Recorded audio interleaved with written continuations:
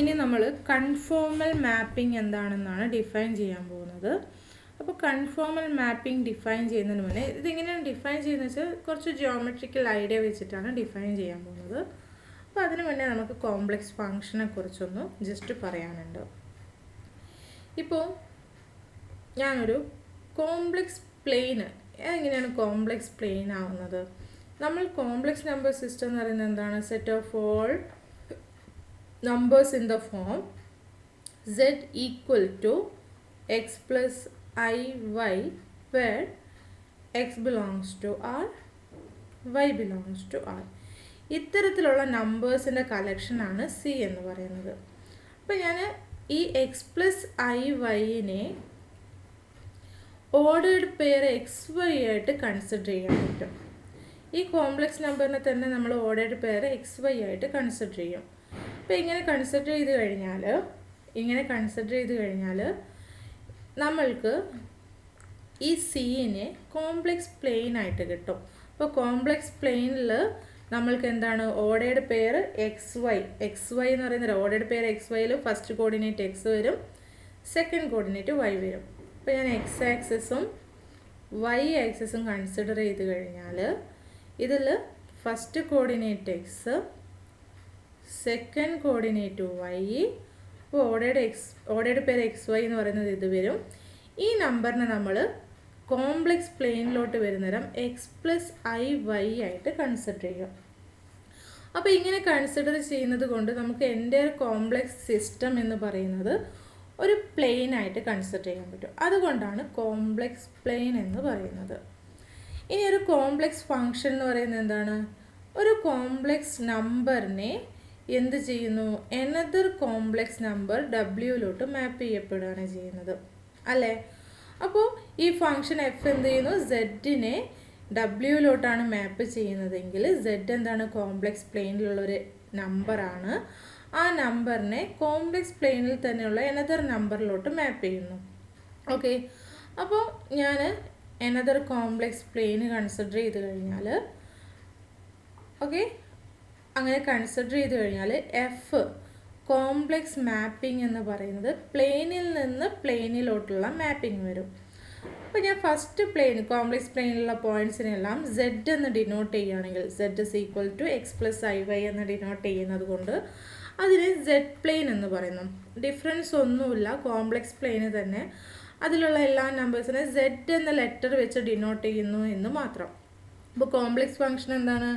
Complex പ്ലെയിനിൽ നിന്ന് ഏതൊരു കോംപ്ലക്സ് പ്ലെയിനിലോട്ടുള്ള മാപ്പിംഗ് ആണ്. കോംപ്ലക്സ് പ്ലെയിനിലുള്ള പോയിൻറ്റ്സിനെ ഏതൊരു കോംപ്ലക്സ് പ്ലെയിൻ അതേ കോംപ്ലക്സ് പ്ലെയിനിലോട്ടുള്ള പോയിൻറ്റ്സിലോട്ടുള്ള മാപ്പിംഗ് ആണ്. അപ്പം ഞാൻ ഇതിൻ്റെ അകത്ത് വരുന്ന പോയിൻറ്റ്സിനെ complex numbers same complex numbers തന്നെ വരും, പക്ഷേ അതിനെ ഞാൻ ഡബ്ല്യു വെച്ച് ഡിനോട്ട് ചെയ്യുന്നു. അപ്പോൾ എഫ് എന്ന് പറയുന്നത് സെഡിനെ ഡബ്ല്യൂയിലോട്ട് മാപ്പ് ചെയ്യുന്നു. അപ്പോൾ ഈ സെക്കൻഡ് പ്ലെയിനിന് നമ്മൾ ഡബ്ല്യു പ്ലെയിൻ എന്ന് പറയും. സെയിം കോംപ്ലക്സ് പ്ലെയിന് തന്നെയാണ് വരുന്നത്. ഒന്ന് പറയുന്നതിലുള്ള കൺഫ്യൂഷൻ മാറാൻ വേണ്ടിയിട്ട് സെഡ് പ്ലെയിൻ ഡബ്ല്യു പ്ലെയിൻ എന്ന് പറയുന്നു. അപ്പോൾ നമ്മളിവിടെ W is equal to f of zed എന്ന് എഴുതി കഴിഞ്ഞാൽ ഇവിടെ ഡൊമൈനിലുള്ള പോയിൻറ്റ്സ് ആണ് സെഡ് വരുന്നത്. അപ്പോൾ ഇവിടെ നമ്മൾ സെഡ് പ്ലെയിൻ എന്നെടുക്കും. ആൻഡ് കോഡൊമൈനിലുള്ള പോയിൻറ്റ്സ് ആണ് ഡബ്ല്യു വരുന്നത്. അപ്പോൾ അത് നമ്മൾ ഡബ്ല്യു പ്ലെയിൻ എന്ന് പറയുന്നു. ഓക്കെ, അപ്പോൾ കോംപ്ലക്സ് പ്ലെയിനിൽ നിന്ന് കോംപ്ലക്സ് പ്ലെയിനിലോട്ടുള്ള ഫങ്ഷനാണ് കോംപ്ലക്സ് ഫങ്ഷൻ എന്ന് കഴിഞ്ഞാൽ അത് കോംപ്ലക്സ് നമ്പറിനെ എനദർ കോംപ്ലക്സ് നമ്പറിലോട്ട് മാപ്പ് ചെയ്യപ്പെടുന്നു.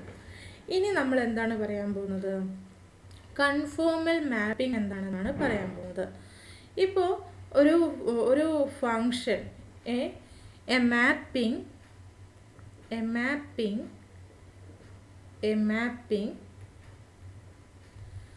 W equal to f of z is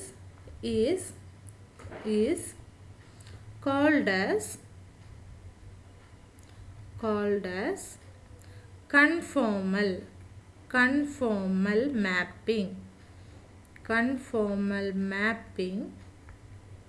or said to be conformal. The mapping is said to be conformal. അല്ലെങ്കിൽ a mapping W equal to f of z is called as conformal mapping if it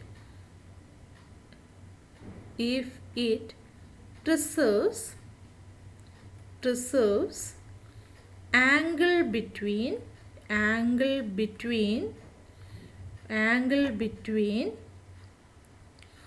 oriented curves എന്ന് വെച്ചാൽ എന്താണെന്ന് വെച്ചാൽ ഒന്നുമില്ല, curves ഉണ്ടാവുമല്ലോ.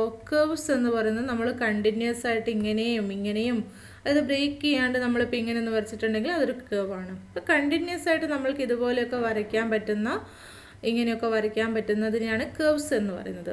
അപ്പോൾ oriented curves എന്ന് വെച്ചാൽ അതിനൊരു ഡയറക്ഷൻ ഉണ്ടായിരിക്കും. അപ്പോൾ ഞാനിപ്പോൾ ഇങ്ങനെയാണ് വരയ്ക്കുന്നതെങ്കിൽ ഡയറക്ഷൻ എങ്ങനെ വരുന്നത്? ഈ ഒരു രീതിയിൽ വരുന്നു. അപ്പോൾ ഇതൊരു ഓറിയൻറ്റഡ് കേർവാണ്. ഇനി ഞാനിത് ഇങ്ങനെ ഇതേ കേർവ് തന്നെ, പക്ഷേ ഡയറക്ഷൻ ഇങ്ങോട്ട് കൊടുത്തു കഴിഞ്ഞാൽ അത് അനദർ ഓറിയൻറ്റഡ് കേർവാണ്. കേർവ് സെയിം ആണ്, പക്ഷേ ഡയറക്ഷൻ മാറുന്നത് കൊണ്ട് ഡിഫറെൻറ്റ് ഓറിയൻറ്റഡ് കേർവ്സ് ആണ്. ഇപ്പോൾ ഓറിയൻറ്റഡ് കേർവ്സ് എന്ന് വെച്ചാൽ ഒന്നുമില്ല, എന്താണ്, ആ ഒരു കേർവിന് ഒരു ഡയറക്ഷൻ കൊടുക്കുന്നു, അത്രയേ ഉള്ളൂ. അതായത് നീ ഇപ്പോൾ ഫസ്റ്റ് കേർവിലൂടെയാണ് പോകുന്നതെങ്കിൽ ഡയറക്ഷൻ ഏതാണ്? ഇങ്ങനെ പോയിട്ട് ഇങ്ങനെ വരണം. സെക്കൻഡിലൂടെയാണ് വരുന്നതെങ്കിൽ ഈ ഒരു ഡയറക്ഷനിൽ വന്നിട്ട് ഇങ്ങനെ മൂവ് ചെയ്യണം. അപ്പോൾ ഓറിയൻറ്റഡ് കേർവ്സ് എന്താണ്? കേർവ്സ് വിത്ത് ഡയറക്ഷൻ, അത്രയേ ഉള്ളൂ. അപ്പോൾ A mapping W = f of z is called as conformal mapping if it preserves angle between oriented curves in magnitude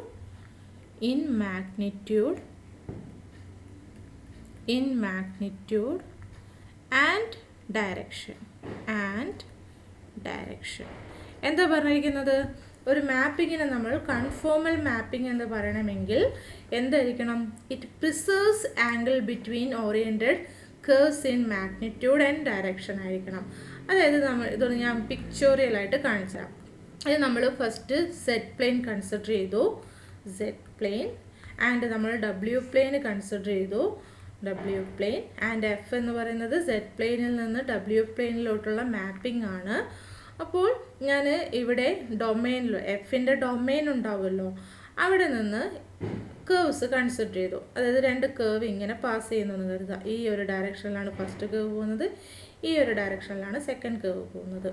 അപ്പോൾ ഈ ഒരു ഇതിൽ നോക്കിക്കേ, ഇവിടെ ഇൻ ബിറ്റ്വീൻ ദം വരുന്ന ഈ ആംഗിൾ ഉണ്ടല്ലോ, ആംഗിൾ നമ്മൾക്ക് രണ്ട് രീതിയിൽ മെഷർ ചെയ്യാം.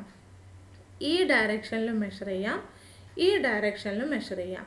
അപ്പോൾ ഇങ്ങനെയാണ് നമ്മൾ മെഷർ ചെയ്യുന്നതെങ്കിൽ പ്ലസ് കൊടുക്കണം, +30. ഈ ഒരു രീതിയിലാണ് മെഷർ ചെയ്യുന്നതെങ്കിൽ ആംഗിൾ എന്താണ്? മൈനസ് കൊടുത്തിട്ടാണ് മെഷർ ചെയ്യുക. ഓക്കെ, അപ്പോൾ എങ്ങനെ ആംഗിൾ മെഷർ ചെയ്യുന്നു എന്നതിലൊക്കെ വളരെ ഇമ്പോർട്ടൻസ് ഉണ്ട് നമ്മൾക്ക്. അപ്പോൾ നമ്മൾക്ക് ഇങ്ങനെ ഏത് രണ്ട് കേർവ്സ് എടുത്തു കഴിഞ്ഞാലും ആ കേർവ്സ് ഇൻ ബിറ്റ്വീൻ ദം നമുക്കൊരു ആംഗിൾ കൺസിഡർ ചെയ്യാൻ പറ്റും. ഇപ്പം ഞാൻ ഇവിടെ ഒരു പോയിൻ്റ് എടുത്തു, W എന്ന് പറയുന്ന പോയിൻ്റ് എടുത്തു. ഓക്കെ, W എന്ന് പറയുന്നൊരു പോയിൻ്റ് ഞാൻ W വേണ്ട Z0 എടുത്തോ. ഞാൻ ആ ക്രോസ് ചെയ്യുന്ന രണ്ടും കൂടി ഇൻ്റർസെക്റ്റ് ചെയ്യുന്നൊരു പോയിൻ്റ് ഉണ്ടല്ലോ, ആ പോയിൻറ്റിന് Z0 എന്ന് എടുത്തു. അപ്പോൾ Z0 രണ്ട് കേർവ്സ് കിട്ടിയല്ലോ. അപ്പോൾ ഈ കേർവിൻ്റെ ഇൻ ബിറ്റ്വീൻ ദം വരുന്ന ആംഗിൾ ഉണ്ടല്ലോ, ഈ ആംഗിൾ ഓർത്ത് വെക്കുക. ഓക്കെ, ഇനി നെക്സ്റ്റ് എന്താ വേണ്ടതെന്ന് വെച്ചാൽ ഈ മാപ്പ് F എന്ന് പറയുന്നത് എന്ത് ചെയ്യും? ഈ കേർവ്സിനെ, ഡൊമൈനിലുള്ള എല്ലാ കേർവ്സിനെയും മാപ്പ് ചെയ്യില്ലേ? അപ്പോൾ ഈ രണ്ട് കേർവ്സിനെയും W പ്ലെയിനിലുള്ള രണ്ട് കേർവ്സിലോട്ട് മാപ്പ് ചെയ്യപ്പെടും. ഓക്കെ, അപ്പോൾ ഞാൻ ആ കേർവ് കൺസിഡർ ചെയ്തു. ഓക്കെ, അപ്പോൾ ഈ കേർവ്സിൽ Z0 W0 മാപ്പ് ചെയ്യുന്നത് എന്നെടുക്കണം. Okay, Z0 f of Z0 = എന്തായിരിക്കണം? W0 ആയിരിക്കണം. അപ്പോൾ ആ W0 ഈ രണ്ട് കേർവ്സും ഇൻ്റർസെക്റ്റ് ചെയ്യുന്ന ആ ഒരു ആംഗിൾ ഉണ്ടാവുമല്ലോ, ആ ആംഗിളും ആംഗിളിൻ്റെ ഡയറക്ഷൻ എങ്ങനെയാണോ? Magnitude and direction. മാഗ്നിറ്റ്യൂഡ് ഇപ്പോൾ -30 എന്ന് പറയുന്നത് 30 മാഗ്നിറ്റ്യൂഡ്, മൈനസ് ആണ് ഡയറക്ഷൻ വരുന്നത്. അതായത് നെഗറ്റീവ് ഡയറക്ഷനിലാണ് മെഷർ ചെയ്യുന്നത്. അതായത് ഈ ഡയറക്ഷനിൽ മെഷർ ചെയ്യുമ്പോൾ മൈനസ്. ഇപ്പോൾ ഞാൻ വെറും 30 ആണ് എഴുതിയിരിക്കുന്നതെങ്കിൽ മാഗ്നിറ്റ്യൂഡ് 30 വരും, ഡയറക്ഷൻ എന്താണ്? പ്ലസ് വരും. അപ്പോൾ നമ്മൾക്ക് Z0 കൺസിഡർ ചെയ്തു, Z0 ഇങ്ങനെ ഇൻ്റർസെക്റ്റ് ചെയ്യുന്ന രണ്ട് കേർവ്സ് കൺസിഡർ ചെയ്തു. അപ്പോൾ Z0 W0 എന്ന് പറയുന്ന പോയിന്റിലോട്ടാണ് മാപ്പ് ചെയ്യുന്നതെങ്കിൽ ഈ രണ്ട് കേർവ്സിൻ്റെയും ഇമേജ് ഇമേജ് കൺസിഡർ ചെയ്ത് കഴിഞ്ഞാൽ ഇമേജ് വരുന്നതും 2 കേവ്സ് ആയിരിക്കുമല്ലോ. അപ്പോൾ ആ കേവ്സ് ഇൻ ബിറ്റ്വീൻ ദം വരുന്ന ഈ ആംഗിളും മാഗ്നിറ്റ്യൂഡും ഡയറക്ഷനും സെയിം ആയിരിക്കണം. മനസ്സിലായോ? Z0 എടുത്തു. ഞാൻ ഈ ഫങ്ഷൻ എഫ് Z0 എന്ന് പറയുന്ന പോയിന്റിൽ, ഓക്കെ, ഈ ഫങ്ഷൻ എഫ്, ഈ മാപ്പിംഗ് എഫ് Z0 എന്ന് പറയുന്ന പോയിന്റിൽ എന്താവണമെങ്കിൽ, കൺഫോമൽ ആണെന്ന് പറയണമെങ്കിൽ ഈ പോയിന്റിലുള്ള ഏത് 2 കേവ്സ് കൺസിഡർ ചെയ്താലും ഞാൻ ഈ കേവിനെ C1 C2 എന്ന് എടുക്കുന്നു. ഓക്കെ, അപ്പോൾ 2 consider to any 2 curves that passing through the point Z0 and Z0 ൻ്റെ ഇമേജ് W0 ആണെന്ന് ഞാൻ അസ്യൂം ചെയ്തു. ആൻഡ് C1 ൻ്റെ ഇമേജ് C1 സ്റ്റാർ എന്നും എടുക്കുന്നു, C2 ൻ്റെ ഇമേജിന് C2 സ്റ്റാർ എന്നും എടുക്കുന്നു. ഓക്കെ, അപ്പോൾ എന്തൊക്കെ കാര്യങ്ങൾ ഇവിടെ നോട്ട് ചെയ്യണം? Z0 ൻ്റെ ഇമേജ് W0 എടുത്തു, C1 ൻ്റെ ഇമേജ് C1 സ്റ്റാർ എടുത്തു, C2 ൻ്റെ ഇമേജ് C2 സ്റ്റാർ എടുത്തു. അപ്പോൾ എഫ് Z0 കൺഫോമൽ ആണെന്ന് പറയണമെങ്കിൽ ആ പോയിന്റിൽ കൂടെ പാസ് ചെയ്യുന്ന ഏത് 2 കേവ് എടുത്തു കഴിഞ്ഞാലും, ഏതെങ്കിലും 2 എന്നല്ല, എനി 2 കേവ്സ് കൺസിഡർ ചെയ്ത് കഴിഞ്ഞാലും ആ 2 കേവ്സിൻ്റെ ഇടയിൽ വരുന്ന ആംഗിളിൻ്റെ ഡയറക്ഷനും മാഗ്നിറ്റ്യൂഡും എന്തിന് ഈക്വൽ ആയിരിക്കണം? ഈ 2 കേവ്സിൻ്റെ ഇമേജസിൽ ഇൻ ബിറ്റ്വീൻ ദം വരുന്ന ആംഗിളിൻ്റെ മാഗ്നിറ്റ്യൂഡിനും ഡയറക്ഷനും ഈക്വൽ ആയിരിക്കണം. അതായത് ഇവിടെ ഇപ്പോൾ നമ്മൾക്ക് എന്താണ്, ഇവിടെ ഇപ്പോൾ നമ്മൾക്ക് ഈ ഒരു ആംഗിൾ -30 ആണെങ്കിൽ ഇമേജസ് ആയിട്ട് വരുന്ന C1 സ്റ്റാറിൻ്റെയും C2 സ്റ്റാറിൻ്റെ ഇടയിലുള്ള ആംഗിളും എന്തായിരിക്കണം? -30 തന്നെയായിരിക്കണം W0. ഓക്കെ, ഇതിപ്പോൾ ഈ ഒരു ആംഗിൾ എന്ന് പറയുന്നത് 20 ആണ് വരുന്നതെങ്കിൽ ഈ C1 സ്റ്റാറിൻ്റെയും C2 സ്റ്റാറിൻ്റെ ഇടയിൽ വരുന്ന ആംഗിൾ 20 തന്നെയായിരിക്കണം. ഇങ്ങനെ ഏത് 2 കേവ്സിൻ്റെ ഇടയിലുള്ള മാഗ്നിറ്റ്യൂഡും ആംഗിളിൻ്റെ മാഗ്നിറ്റ്യൂഡും ഡയറക്ഷനും സെയിം തന്നെയായിട്ട് വരികയാണെങ്കിൽ അതിനെ നമ്മൾ പ്രിസേർവ് ചെയ്യുമെന്ന് പറയുന്നത്. അതായത് എന്തെങ്കിലും ഒന്ന് പ്രിസേർവ് ചെയ്യാന്ന് അറിയത്തില്ല, അതുപോലെ ഇവിടെ ആംഗിളിൻ്റെ ഡയറക്ഷനും മാഗ്നിറ്റ്യൂഡും പ്രിസേർവ് ചെയ്യപ്പെടുന്നുണ്ടെങ്കിൽ നമ്മൾ ആ ഫങ്ഷൻ പോയിന്റ് Z0 കൺഫോമൽ ആണെന്ന് പറയും. ഓക്കെ, അപ്പോൾ ഒന്നുകൂടി ആലോചിച്ച് നോക്കുക. നമ്മൾ ഒരു ഫങ്ഷൻ, കോംപ്ലക്സ് ഫങ്ഷൻ എഫ് എടുത്തു കഴിഞ്ഞാൽ ഈ complex function A particular point Z0 conformal ആണെന്ന് പറയണമെങ്കിൽ എപ്പോഴാണ്? ആ പോയിന്റിൽ കൂടെ പാസ് ചെയ്യുന്ന ഏത് 2 കേവ്സ് എടുത്തു കഴിഞ്ഞാലും ആ 2 കേവ്സിൻ്റെ ഇടയിൽ വരുന്ന ആംഗിളിൻ്റെ ഡയറക്ഷനും മാഗ്നിറ്റ്യൂഡും എന്തിന് ഈക്വൽ ആയിരിക്കണം? Z0 ഇമേജായ W0 ഈ 2 കേവ്സിൻ്റെ ഇമേജസ് ആയിട്ട് വരുന്ന 2 കേവ്സ് ഉണ്ടല്ലോ, C1 ഉം C2 എന്ന് ഡിനോട്ട് ചെയ്തിട്ടുണ്ടെങ്കിൽ അതിൻ്റെ ഇമേജസ് ആയ C1 സ്റ്റാർ C2 സ്റ്റാർ. അപ്പോൾ C1 ൻ്റെയും C2 ൻ്റെയും ഇടയിലുള്ള ആംഗിളിൻ്റെ മാഗ്നിറ്റ്യൂഡും ഡയറക്ഷനും C1 സ്റ്റാറിൻ്റെയും C2 സ്റ്റാറിൻ്റെയും ഇടയിൽ വരുന്ന ആംഗിളിൻ്റെ മാഗ്നിറ്റ്യൂഡിനും ഡയറക്ഷനും ഈക്വൽ ആയിട്ട് വരണം. അങ്ങനെയാണെങ്കിൽ എഫ് ആ പോയിന്റിൽ Z0 കൺഫോമൽ ആണെന്ന് നമ്മൾക്ക് പറയാം. ഓക്കെ, ഇതാണ് നമ്മളൊന്ന് നേരത്തെ എഴുതിയ ആ ഒരു സെൻറ്റൻസ് കൊണ്ട് മീൻ ചെയ്യുന്നത്. അപ്പോൾ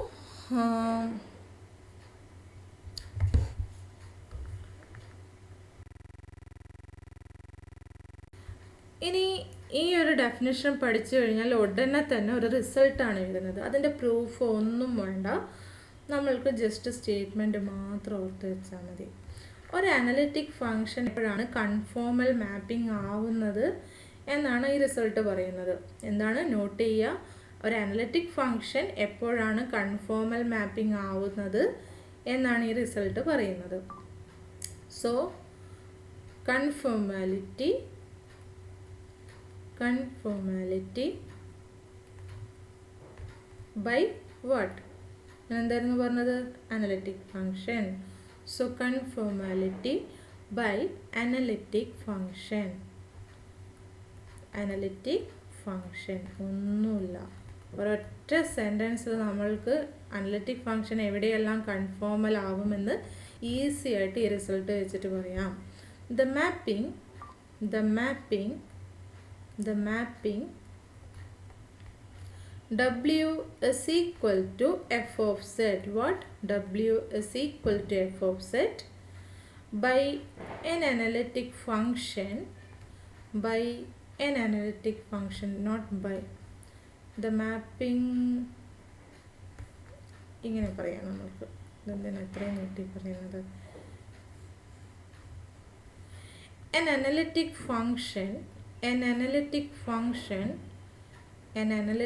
function W is equal to f of z is said to be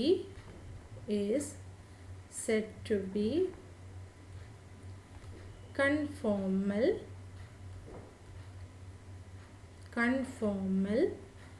at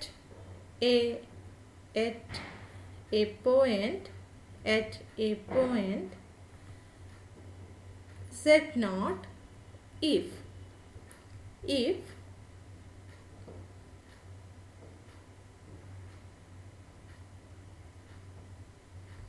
if f dash of z0 not equal to 0.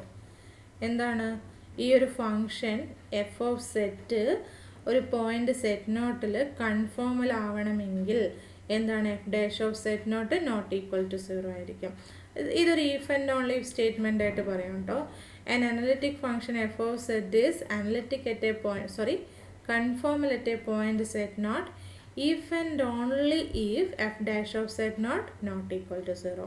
അപ്പോൾ ഏതെങ്കിലും ഒരു അനലിറ്റിക് ഫംഗ്ഷൻ തന്നിട്ട് ഈ ഫംഗ്ഷൻ ഏതെല്ലാം പോയിന്റിൽ കൺഫോമൽ ആവും എന്നൊരു ക്വസ്റ്റ്യൻ വന്നാൽ നോക്കുക, ഒരു അനലിറ്റിക് ഫംഗ്ഷൻ തന്നിട്ടുണ്ട്, ആ അനലിറ്റിക് ഫംഗ്ഷൻ ഏതെല്ലാം പോയിന്റിൽ കൺഫോമൽ ആവും എന്നാണ് ക്വസ്റ്റ്യൻ എങ്കിൽ എന്ത് വേണം, എവിടെയെല്ലാം f dash of Z equal to 0 ആവുന്നു എന്ന് നോക്കുക. ഓക്കെ, എന്നിട്ട് ആ പോയിന്റ്സിൽ ഒഴികെ ബാക്കി എല്ലാ പോയിന്റ്സിലും കൺഫോമൽ ആണെന്ന് പറയാം. For example consider f of zed is equal to Z square. അപ്പോൾ ഈ ഫംഗ്ഷൻ ഏതെല്ലാം പോയിന്റിൽ കൺഫോമൽ ആണ് എന്നാണ് ക്വസ്റ്റ്യൻ എങ്കിൽ നമ്മൾക്ക് എന്താണ് നോക്കേണ്ടത്, first of all F dash of Z എന്താണെന്ന് കണ്ടുപിടിക്കുക. F of Z equal to Z square ആണെങ്കിൽ അതിൻ്റെ ഡെറിവേറ്റീവ് എന്താണ്, 2 ഇൻറ്റു സെഡ് എന്ന് വരും. അപ്പോൾ ഡെറിവേറ്റീവ് എന്താണ്, 2 ഇൻറ്റു സെഡ്. അപ്പോൾ നെക്സ്റ്റ് എന്താണ് step, F dash of Z equal to 0 വരുന്ന പോയിന്റ്സ് ഏതാണെന്ന് നോക്കുക. അതായത് 2z equal to 0. 2z equal to 0 എന്ന് വെച്ചാൽ എന്താണ്, z ഈക്വൽ ടു 0. അപ്പോൾ z ഈക്വൽ ടു 0യിൽ ഡെറിവേറ്റീവ് 0 ആണ്. അപ്പോൾ z ഈക്വൽ ടു 0യിൽ ഒഴികെ ബാക്കി എല്ലാ പോയിന്റ്സിലും ഫംഗ്ഷൻ, ഈ അനലിറ്റിക് ഫംഗ്ഷൻ കൺഫോമലാണ്. അപ്പോൾ z നോട്ട് ഈക്വൽ ടു 0 ആവുന്നേരം f of z is equal to z square is conformal.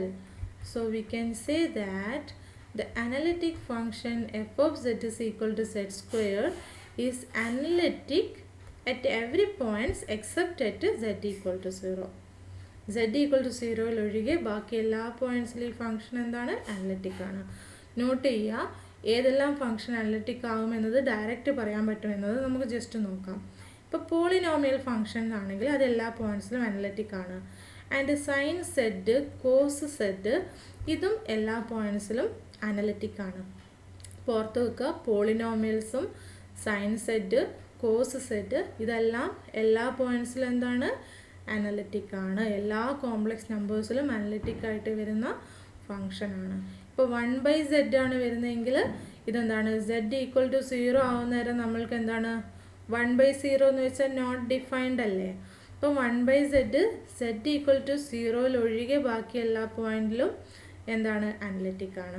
z equal to 0യിൽ മാത്രം എന്തല്ല, അനലിറ്റിക് അല്ല. കാരണം അവിടെ എന്താണ്, അത് ഡിഫൈൻഡ് അല്ലാത്തത് കൊണ്ട്, കണ്ടിന്യൂസേ അല്ല. പിന്നെ എങ്ങനെയാണ് ഡിഫറൻഷിയബിൾ ആവുക അല്ലേ.